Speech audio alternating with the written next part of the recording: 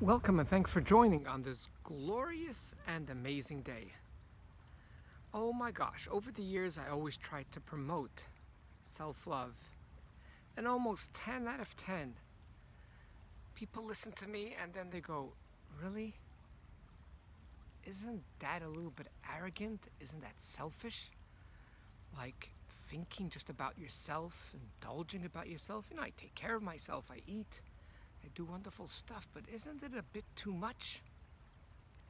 There's many religions that talk about being full of selves.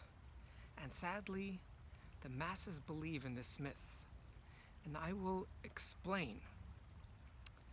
And I will explain how it works. The reality, the science, the biology is when a human being has self-love, they acknowledge themselves, they respect themselves, they like themselves, they acknowledge themselves, and eventually love themselves, there's something magical happens that they are just content. They have so much in them. And because they really authentically love themselves, not cliche, then on the contrary, they're filled with humility. If they come to a place and there's only one piece of cake there, even if they're hungry, they're okay.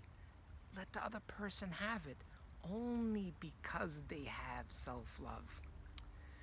The individual that says, me, me, me, the individual that me and you would call selfish, is only on an external level does it look like, is it apparent that they love themselves a bit too much. They're just full of themselves. Scientifically, that's only an outcome of an individual that deep down hates themselves, does not like themselves, does not acknowledge themselves, and even quietly behind closed doors bashes themselves.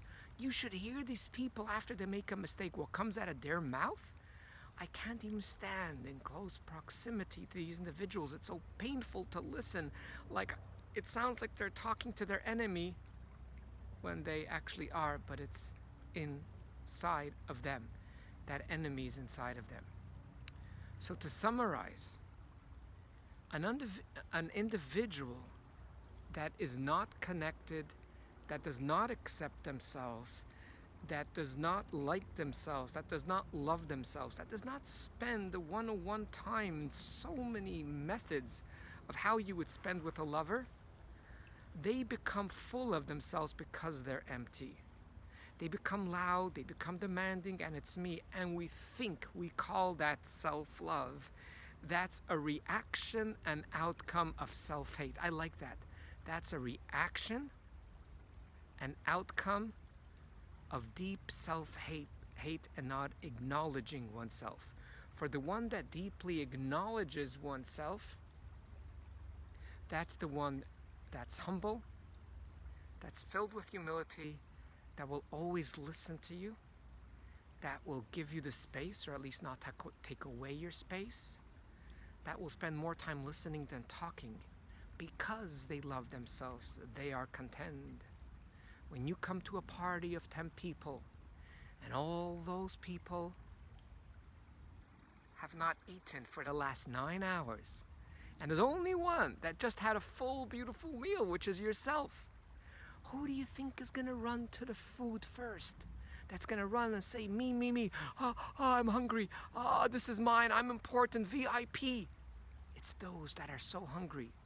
That one individual that just finished their full meal will just barely walk over to the table. They might nibble on something because they are full. And this is very, very, very different perspective of showing off, of being full of oneself. And that's why you will notice the very few, which is less than 5%, that deeply do love themselves, that really do acknowledge themselves, don't have the need to always talk about themselves. So when you look at someone and you say, boy, this guy, this person, this gal is so full of themselves, I'm not sure how to interpret it. They're actually empty. And to finish up with a little analogy, imagine you have a metal charity box. In the good old days, like in the 70s, we used to have charity boxes were made out of metal. Today, I don't think they exist.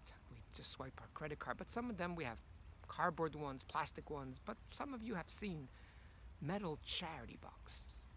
Just imagine if there's 3 or 4 quarters in that metal charity box. That's all there is. And you just shake it with your hand. Imagine the noise you hear. Everyone turns around because it's so noticeable. Take a few rolls of quarters and take that metal charity box and just fill it in. Fill it till the top, till it's totally stuffed. You can't even squeeze in another quarter and shake it. It's going to be heavy, but you won't hear any sound because when you are full, it's all good.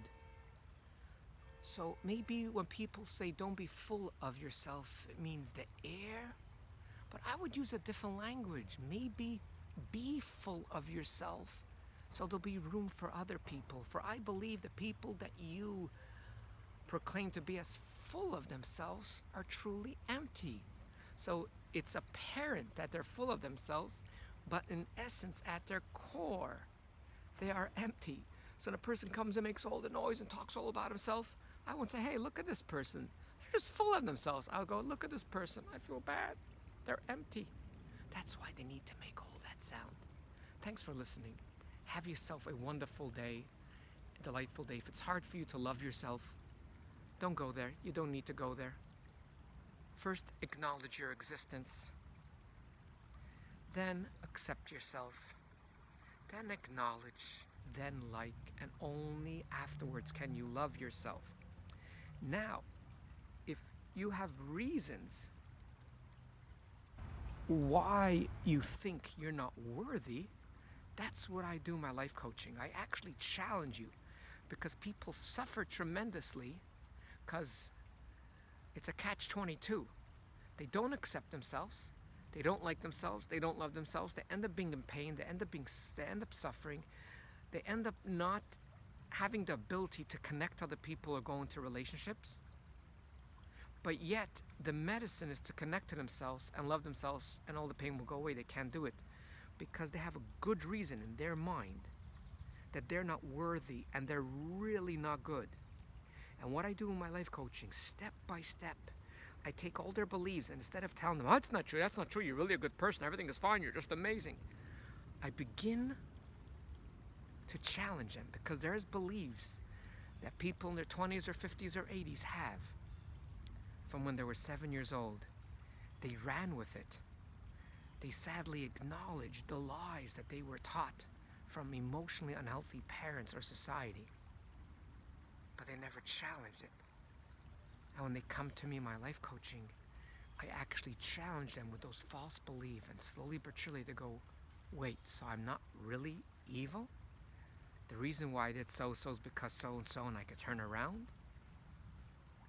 And it's so beautiful. The greatest joy for me is to see an awesome human being getting out of emotional hell. People spend tens and thousands of dollars on their mortgages, on their vehicles, on their cars.